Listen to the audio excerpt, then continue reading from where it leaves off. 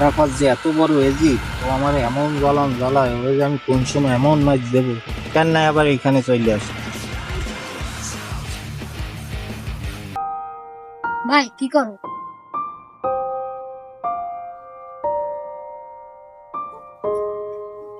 এই তুই এই যে আইসস কে, ওঠ ওঠ।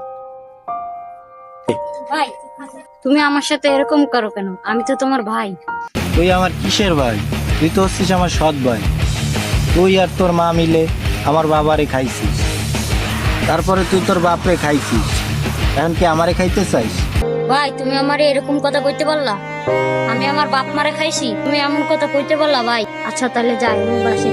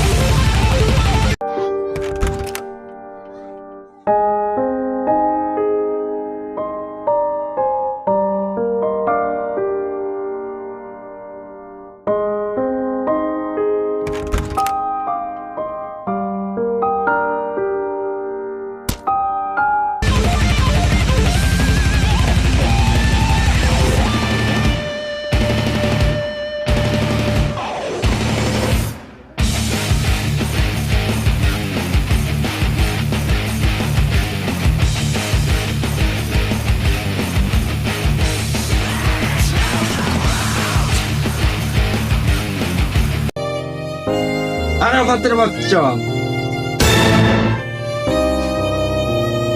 তোকে আজকে আমি মেরেই ফেলবো। আমার ভুল হয়ে গেছে, আমাকে মাফ করে যা।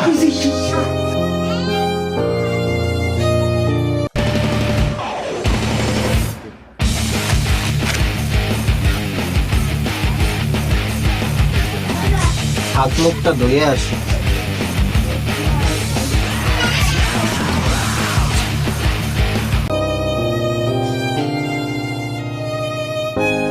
Wow cake.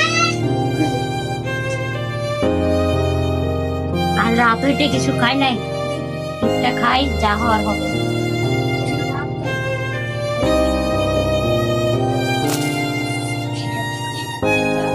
আরাফাতের বাচ্চা, বেরো, তোরে আজকে বাড়ি থেকে বের করে দেবো। তাহলে রাত হইতে কিছু খাই নাই ভাই, আমার মা।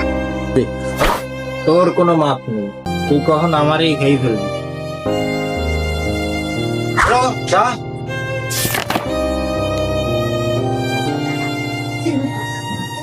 আমি আর আসবো না ভাই, তুমি ভালো থেকো। যা তুই।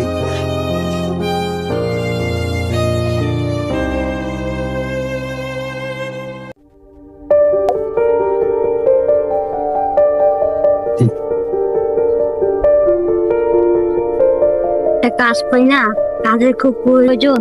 আজকে যে করে হোক একটা কাজ খুঁজে বের করতেই হবে।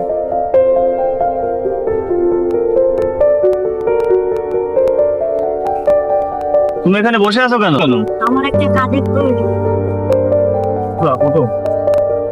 তোমার কাজের প্রয়োজন? কালকে বিকেল 3টায় তুমি আমার সাথে মোড়ে দেখা করো, ঠিক আছে? কোন দেখা?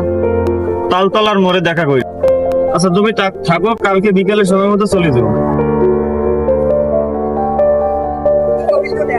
যাই হোক একটা কাজের ব্যবস্থা।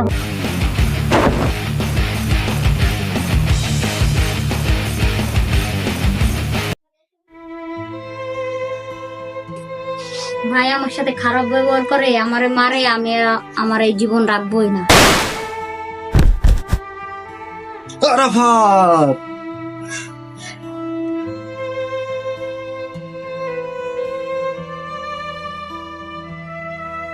ওর জন্য আমার এত কষ্ট হচ্ছে কেন? ও তো আমার সৎ ভাই। না, ও গেল কোথায় দেখতে হবে।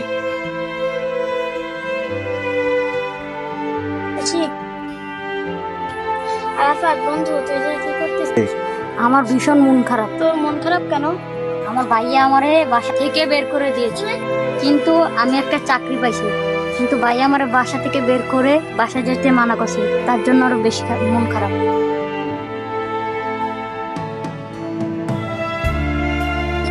ওই তোর ভাইয়া আসতেছে।